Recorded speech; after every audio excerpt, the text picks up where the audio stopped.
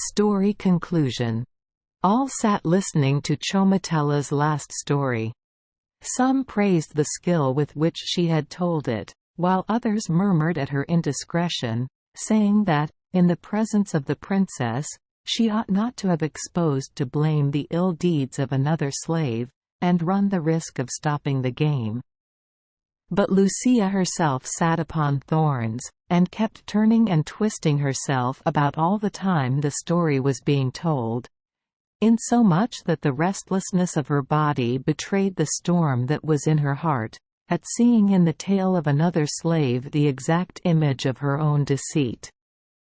Gladly would she have dismissed the whole company, but that, owing to the desire which the doll had given her to hear stories, she could not restrain her passion for them.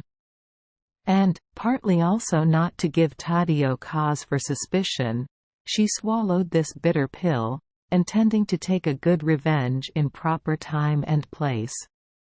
But Taddeo, who had grown quite fond of the amusement, made a sign to Zoza to relate her story, and, after making her curtsy, she began, "Truth, my lord prince, has always been the mother of hatred, and I would not wish, therefore, by obeying your commands, to offend any one of those about me. But as I am not accustomed to weave fictions or to invent stories, I am constrained, both by nature and habit, to speak the truth. And, although the proverb says, 'Tell truth and fear nothing,' yet knowing well that truth is not welcome in the presence of princes, I tremble lest I say anything that may offend you." "Say all you wish," replied Taddeo, "for nothing but what is sweet can come from those pretty lips." These words were stabs to the heart of the slave, as all would have seen plainly if black faces were, as white ones, the book of the soul. And she would have given a finger of her hand to have been rid of these stories, for all before her eyes had grown blacker even than her face. She feared that the last story was only the forerunner of mischief to follow, and from a cloudy morning she foretold a bad day. But Zoza, meanwhile, began to enchant all around her with the sweetness of her words, relating her sorrows from first to last, and beginning with her natural melancholy, the unhappy augury of all she had to suffer.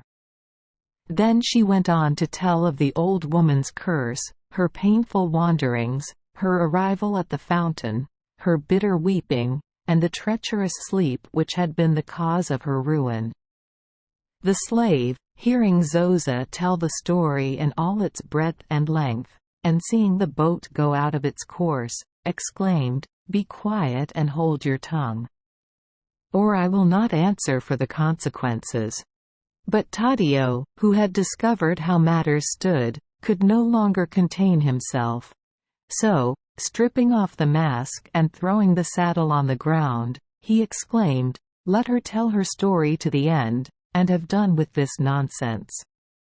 I have been made a fool of for long enough, and, if what I suspect is true, it were better that you had never been born." Then he commanded Zoza to continue her story in spite of his wife. And Zoza, who only waited for the sign, went on to tell how the slave had found the pitcher and had treacherously robbed her of her good fortune. And, thereupon, she fell to weeping in such a manner, that every person present was affected at the sight. Taddeo, who, from Zoza's tears and the slave's silence, discerned the truth of the matter, gave Lucia a rare scolding, and made her confess her treachery with her own lips. Then he gave instant orders that she should be buried alive up to her neck, that she might die a more painful death.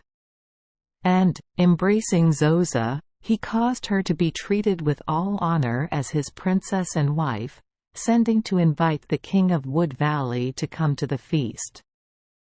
With these fresh nuptials terminated the greatness of the slave and the amusement of these stories. And much good may they do you, and promote your health. And may you lay them down as unwillingly as I do, taking my leave with regret at my heels and a good spoonful of honey in my mouth. Thank you for joining us for today's fairy tale.